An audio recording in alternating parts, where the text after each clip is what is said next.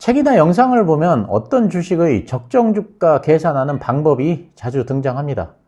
어떤 분들은 PER을 적용해서 적정 주가를 구하고, 또 어떤 분들은 PER과 PBR을 합해서 적정 주가를 구하기도 하고, 또 어떤 분들은 그 EV, EBITDA를 적용하기도 합니다. 또는 피터 린치의 그 PEG 방법을 이용하기도 합니다. 그런데 그 적정 주가라는 건 그 시간이 지나면 결국은 주가가 이 수준에 도달할 가능성이 크다는 뜻입니다. 그러니까 적정 주가를 잘 예상할 수 있는 투자자는 돈을 벌 가능성이 크고, 그런 점에서 본다면 적정 주가를 예상하는 것이 사실상 주식 투자의 거의 모든 것이라고 할 수 있습니다. 그런데 제가 경험해 본 바로는 적정 주가라는 건 그냥 PER이나 EV, EBITDA와 같이 간단한 계산에 의해서 예상할 수 있는 것이 아니고, 그 시대의 흐름이라든가 해당 기업의 미래 요소 같은 모든 것들이 다 망라된 일종의 그 철학과 같은 것이고, 그렇기 때문에 적정 주가를 잘 예상하기 위해서는 판단력과 이해력이 선행되어야 한다고 생각합니다. 이는 다시 말하자면 주식 투자를 잘하기 위해서는 이해력이 높아야 한다는 말로 설명할 수 있고, 이해력이 높아지기 위해서는 독서를 많이 해야 합니다. 그러니까 결국 주식 투자를 잘하기 위해서는 독서를 많이 해야 한다는 생각을 많이 합니다. 주식 투자의 히스토리를 보자면 1992년 이전에는 우리나라 주식시장에서 무역, 건설, 금융을 축으로 하는 트로이카 주식이 대세였습니다. 그 당시에는 주가가 기업보다는 업종별로 움직였습니다. 증권주가 오르면 증권 섹터가 다 같이 오르고, 건설주가 오르면 건설 섹터가 다 같이 오르는 시기였습니다. 그렇지만 이걸 이상하게 생각하는 사람은 거의 없었습니다. 그 당시에는 그 기업의 본질 가치보다는 루머나 재료에 의해서 움직이는 시장이었는데, 원래 주식이란 것이 그렇다고 받아들이던 시기였습니다. 그러다가 1992년에 외국인 투자가 직접적으로 허용되면서 우리나라 주식 투자의 기준이 급격하게 변했고, 우리나라에도 가치 투자의 그 바람이 불어오기 시작했습니다. 그래서 자산가치나 수익가치 등을 따져보고 주가가 저평가된 종목을 매수하는 시대로 접어들었습니다. 이때는 업종이 아닌 구체적인 종목으로 관심이 옮겨갔고, 저 PER 주식이 상승하기 시작했습니다. 이 당시 투자자들의 수익률은 극과 극이었습니다. 시대의 흐름을 파악하고 저 PER 주식을 매수했던 투자자들은 5배, 10배의 엄청난 수익을 낼 수가 있었습니다. 그렇지만 과거의 타성에 젖어서 그대로 트로이카 주식을 들고 있었던 투자자들은 원금 회복을 못한 채로 몇 년을 끌다가 급기야는 IMF 외환위기 때 트로이카 종목들이 상당 부분 부도가 나거나 회사가 문을 닫으면서 원금도 모두 다 손해를 보는 지경에 이르렀습니다. 그러면 한번 생각을 해보겠습니다. 자, 1992년 이전에 트로이카 종목의 적정 주가와 1992년 가치 투자의 바람이 불어온 후 트로이카 종목의 적정 주가는 완전히 달라져야 합니다. 태광산업이나 한국이동통신도 마찬가지입니다. 1992년 이전에 계산을 했던 태광산업의 적정 주가와 1992년 이후 태광산업의 적정 주가는 완전히 달라져야 합니다. 이런 식으로 적정 주가는 시대의 흐름을 반영합니다. 그렇기 때문에 간단한 계산 몇 개로 적정 주가를 계산할 수는 없고, 시대의 흐름과 같은 일종의 철학이 담겨 있는 것입니다.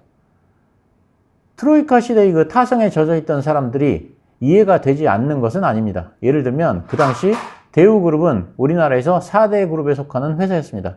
태광산업이라는 이름도 생소한 중소기업이 대우그룹의 간판이라고 할 수 있는 대우전자의 시가총액을 넘어선다는 것을 그 당시에는 도저히 받아들일 수가 없었을 것입니다. 이걸 받아들이려면 내면에서 패러다임의 변화가 일어나야 하는데 그게 쉽지가 않았던 것입니다.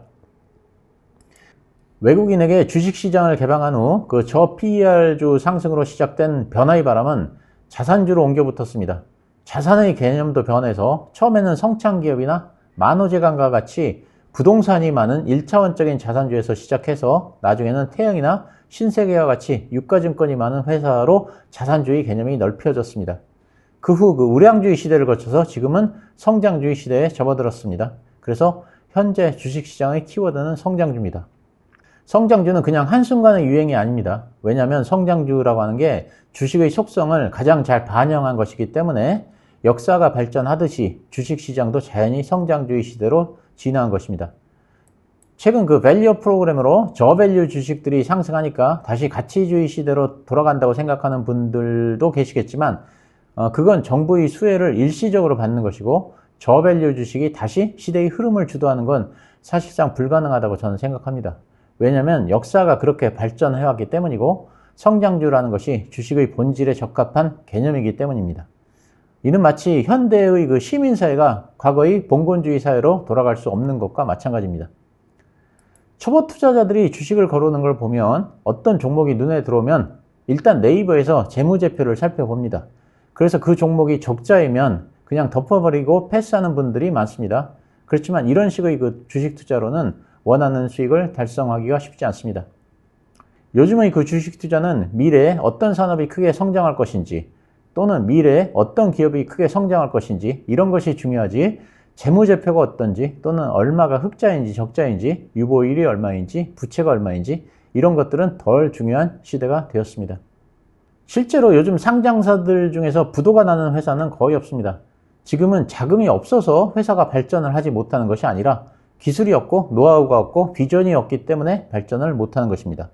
그러니까 시대의 흐름이 바뀌었는데 투자자들은 이런 흐름을 무시하고 있습니다. 마치 1992년에 가치투자의 바람이 불기 시작했는데 여전히 소문에 의존해서 트로이카 종목을 매수하는 그런 방식의 투자를 하는 것입니다. 시대의 흐름이 바뀐 이유는 회사가 비전만 있으면 자금은 얼마든지 조달할 수 있는 시대가 되었기 때문입니다. 과거에는 금융시장도 그리 발달하지 않았고 그래서 기업들은 은행에서 차입을 통해서 자금을 조달했었는데 은행에서 돈을 빌리는 것이 하늘의 별 따기만큼이나 어려웠습니다. 그래서 재무제표라든가 부채라든가 이런 것들이 중요했지만 이제는 시대가 바뀌었습니다. 회사가 명확한 비전만 보여주면 스타트업들은 벤처 캐피탈로부터 많은 돈을 조달할 수 있고 상장사들은 유상증자든 CB든 어떤 형태로든 돈을 구하기가 어려운 시대가 아닙니다. 그러니까 지금은 재무제표가 중요한 시대가 아니라 명확한 비전을 보여주는 것이 중요한 시대입니다. 투자자들 입장에서도 과거에는 재무제표를 잘 보고 숨겨진 자산이나 부채를 찾아내는 것이 중요한 시대였다면 이제는 미래의 비전이 있는 회사를 제대로 골라내는 것이 훨씬 더 중요한 시대가 되었습니다. 그래서 산업이 어떤 식으로 흘러갈지 그 흐름을 파악하는 것이 훨씬 더 중요한 시대가 되었고 이런 흐름을 파악해서 적정 주가를 계산해야지 그냥 단순하게 PER이나 EV/EBITDA만으로 적정 주가를 계산해서는 적정 주가로서의 의미가 없어집니다. 그러니까 적정 주가를 구하기 위해서는 시대의 흐름을 잘 알아야 하고 이를 위해서는 많이 읽어야 합니다. 워런 버핏이나 찰리 먼거가 왜 독서를 강조하는지 이유가 있다는 것을 알아야 합니다. 제가 작년 12월에 삼천당 제약을 분석했던 영상의 자료를 가져와 봤습니다. 지금 보시는 표는 종군당의 재무제표를 네이버에서 캡처해온 것입니다. 2022년 매출액은 1조 4,883억 원이고 영업이익은 1,099억 원입니다. 당기순이익은 800억 원입니다. 종군당의 시가총액은 1조 5,811억 원입니다. 이번에는 삼천당 제약의 재무제표를 보겠습니다. 삼천당 제약의 매출액은 2022년에 1,773억 원이었고 영업이익은 122억 원, 당기순이익은 88억 원에 불과합니다. 종군당의 당기순이익이 800억 원이니까 삼천당 제약의 당기순이익은 종군당의 11%에 불과하고 삼천당 제약의 매출액은 종군당의 12%에 불과합니다. 그런데 삼천당 제약의 시가총액은 1조 7,452억 원입니다. 종군당의 시가총액보다 무려 10%가 더 큽니다. 삼천당 제약의 매출은 종군당의 12%에 불과하고 당기순이익도 종군당의 11%에 불과한데 오히려 시가총액은 삼천당 제약이 종군당보다 더 큽니다. 이렇게 되면 누구나 삼천당 제약이 고평가라고 생각할 것입니다. 그렇지만 그 당시 삼천당 제약의 주가는 74,400원이었고 최근 삼천당 제약은 주가가 20만 원을 넘어섰습니다. 주가가 200%가 상승했습니다. 왜 이런 현상이 발생했는지는 우리 모두 곰곰이 생각해 볼 문제입니다. 1992년에 가치투자의 바람이 불었는데도 불구하고 우리는 여전히 트로이카 종목에 집착했던 그런 투자자가 아닌지, 그래서 적정 주가를 계산하는데 시대적 배경이나 흐름은 무시하고 PER이나 EV/EBITDA만을 사용해서 기계적으로 계산을 하는 그런 투자자는 아닌지 한번 생각해 보기 위해서 이 영상을 만들어 봤습니다. 감사합니다.